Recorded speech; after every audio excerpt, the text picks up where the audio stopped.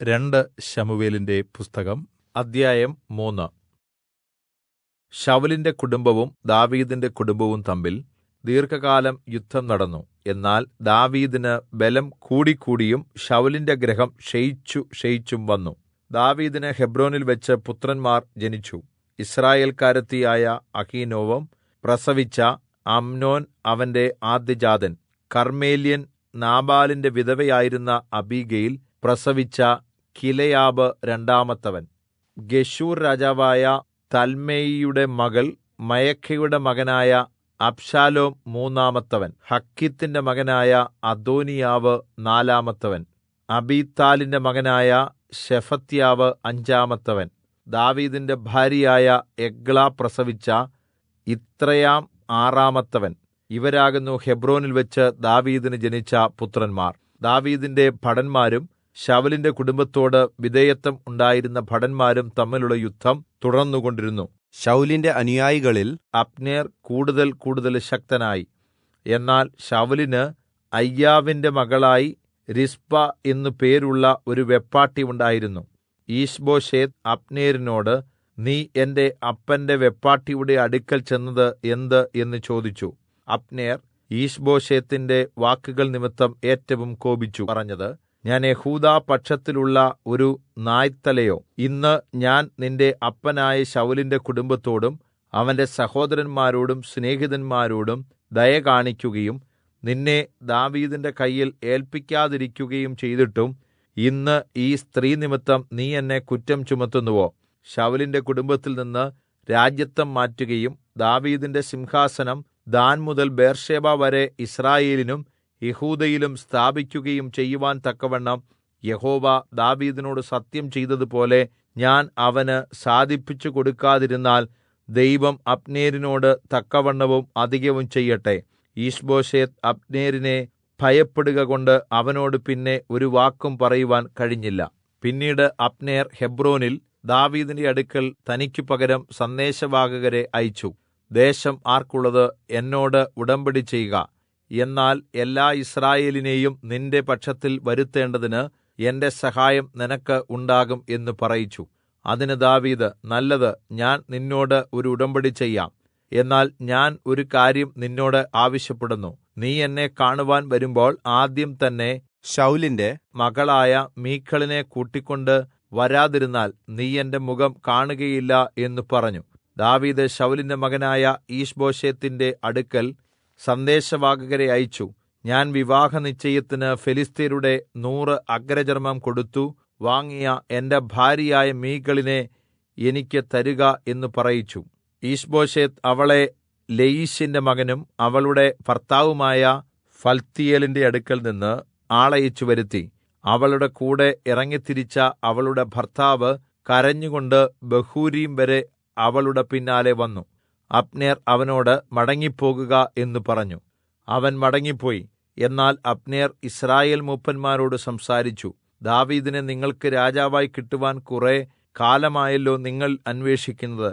ഇപ്പോൾ അങ്ങനെ ചെയ്യുവീൻ. ഞാൻ എന്റെ ദാസനായ ദാവീദിന്റെ കൈകൊണ്ട് എന്റെ ജനമായ യിസ്രായേലിനെ ഫെലിസ്ത്യർ മുതലായ സകല ശത്രുക്കളുടെ കയ്യിൽ നിന്നും രക്ഷിക്കുമെന്ന് യഹോവ ദാവീദിനെക്കുറിച്ച് അരുളിച്ചെയ്തിരിക്കുന്നുവല്ലോ എന്ന് പറഞ്ഞു. അങ്ങനെ തന്നെ അബ്നേർ ബെന്യാമീന്യരോടും പറഞ്ഞു. പിന്നെ അബ്നേർ യിസ്രായേലിനും ബെന്യാമീൻ ഗൃഹത്തിനൊക്കെയും സമ്മതമായതെല്ലാം ദാവീദിനെ അറിയിക്കുന്നതിന് ഹെബ്രോനിൽ പോയി. ഇങ്ങനെ അബ്നേരും അവനോടുകൂടെ 20 പുരുഷന്മാരും ഹെബ്രോനിൽ ദാവീദിന്റെ അടുക്കൽ ചെന്നു. ദാവീദ് അബ്നേരിനും അവനോട് കൂടെയുള്ള പുരുഷന്മാർക്കും വേണ്ടി ഒരു വിരുന്ന് കഴിച്ചു. അബ്നേർ ദാവീദിനോട്, ഞാൻ ചെന്ന് യിസ്രായേലിനെല്ലാം യജമാനനായ രാജാവിനോട് ഉടമ്പടി ചെയ്യേണ്ടതിന് അവരെ നിന്റെ അടുക്കൽ കൂട്ടിവരുത്തും. അപ്പോൾ നീ ആഗ്രഹിക്കുന്നത് പോലെ എല്ലാവരെയും നിനക്ക് ഭരിക്കാം എന്ന് പറഞ്ഞു. പിന്നെ ദാവീദ് അബ്നേരിനെ യാത്രയയച്ചു. അവൻ സമാധാനത്തോടെ പോയി. അപ്പോൾ ദാവീദിന്റെ ഭടന്മാരും യോവാബും ഒരു കൊള്ള കഴിഞ്ഞ് വളരെ കൊള്ള മുതലുമായി വന്നു. എന്നാൽ ദാവീദ് അബ്നേരിനെ യാത്രയയക്കുകയും അവൻ സമാധാനത്തോടെ പോവുകയും ചെയ്തിരുന്നതിനാൽ അബ്നേർ ഹെബ്രോനിൽ ദാവീദിന്റെ അടുക്കൽ ഇല്ലായിരുന്നു. യോവാബും കൂടെയുള്ള സകല സൈന്യവും വന്നപ്പോൾ നേരിന്റെ മകനായ അബ്നേർ രാജാവിന്റെ അടുക്കൽ വന്നു. അവൻ അവനെ യാത്രയയച്ചു. അവൻ സമാധാനത്തോടെ പോയി എന്നിങ്ങനെ യോവാബിന് അറിവ് കിട്ടി. യോവാബ് രാജാവിന്റെ അടുക്കൽ ചെന്നു. നീ എന്താകുന്നു ചെയ്തത്? നോക്കൂ, അബ്നേർ നിന്റെ അടുക്കൽ വന്നിരുന്നു. നീ അവനെ പറഞ്ഞയച്ചതെന്ത്? അവൻ പോയല്ലോ. നേരിന്റെ മകനായ അബ്നേർ നിന്നെ ചതിക്കുവാനും നിന്റെ പോക്കും വരവും ഗ്രഹിക്കുവാനും നീ ചെയ്യുന്നതെല്ലാം അറിയുവാനുമാണ് വന്നത് എന്ന് നിനക്ക് അറിയുകയില്ലേ എന്ന് പറഞ്ഞു. യോവാബ് ദാവീദിന്റെ സന്നിധിയിൽ നിന്ന് പുറത്തിറങ്ങി അബ്നേരിന്റെ പിന്നാലെ സന്ദേശവാഹകരെ അയച്ചു. അവർ അവനെ സിരാ കിണറ്റിങ്കൽ നിന്ന് മടക്കിക്കൊണ്ടുവന്നു. ദാവീദ് അത് അറിഞ്ഞില്ല താനും. അബ്നേർ ഹെബ്രോനിലേക്ക് മടങ്ങിവന്നപ്പോൾ യോവാബ് സ്വകാര്യം പറവാൻ അവനെ പടിവാതിക്കൽ ഒരു ഭാഗത്തേക്ക് കൂട്ടിക്കൊണ്ടുപോയി. തന്റെ സഹോദരനായ അസാഹേലിന്റെ രക്തപ്രതികാരത്തിനായി അവിടെ വെച്ച് അവനെ വയറ്റത്ത് കുത്തി കൊന്നുകളഞ്ഞു. പിന്നീട് ദാവീദ് അത് കേട്ടപ്പോൾ നേരിന്റെ മകനായ അബ്നേരിന്റെ രക്തം സംബന്ധിച്ച് എനിക്കും എന്റെ രാജത്വത്തിനും യഹോവയുടെ മുമ്പാകെ ഒരിക്കലും കുറ്റമില്ല. അത് യോവാബിന്റെ തലമേലും അവന്റെ പിതൃഭവനത്തിന്മേലൊക്കെയും ഇരിക്കട്ടെ. യോവാബിന്റെ കുടുംബത്തിൽ സ്രവക്കാരനോ കുഷ്ഠരോഗിയോ വടികുത്തി നടക്കുന്നവനോ വാളിനാൽ വീഴുന്നവനോ ആഹാരത്തിന് മുട്ടുള്ളവനോ ഒരിക്കലും ഇല്ലാതെയിരിക്കുകയില്ല എന്ന് പറഞ്ഞു.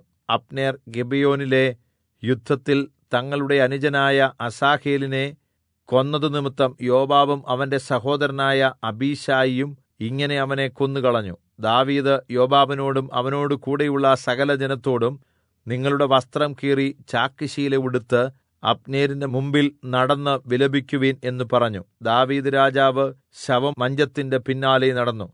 അവർ അബ്നേരിനെ ഹെബ്രോനിൽ അടക്കം ചെയ്തു. രാജാവ് അബ്നേരിന്റെ കല്ലറയ്ക്കൽ ഉറക്കെ കരഞ്ഞു. സകല ജനവും കരഞ്ഞു. രാജാവ് അബ്നേറിനെക്കുറിച്ച് വിലാപഗീതം ചൊല്ലിയതെന്തെന്നാൽ, അബ്നേർ ഒരു മടയനെപ്പോലെയോ മരിക്കേണ്ടത്. നിന്റെ കൈകൾ ബന്ധിച്ചിരുന്നില്ല, നിന്റെ കാലുകൾക്ക് വിലങ്ങ് ഇട്ടിരുന്നില്ല. നീതികെട്ടവരുടെ മുമ്പിൽ വീണുപോകും പോലെ നീ വീണുപോയല്ലോ.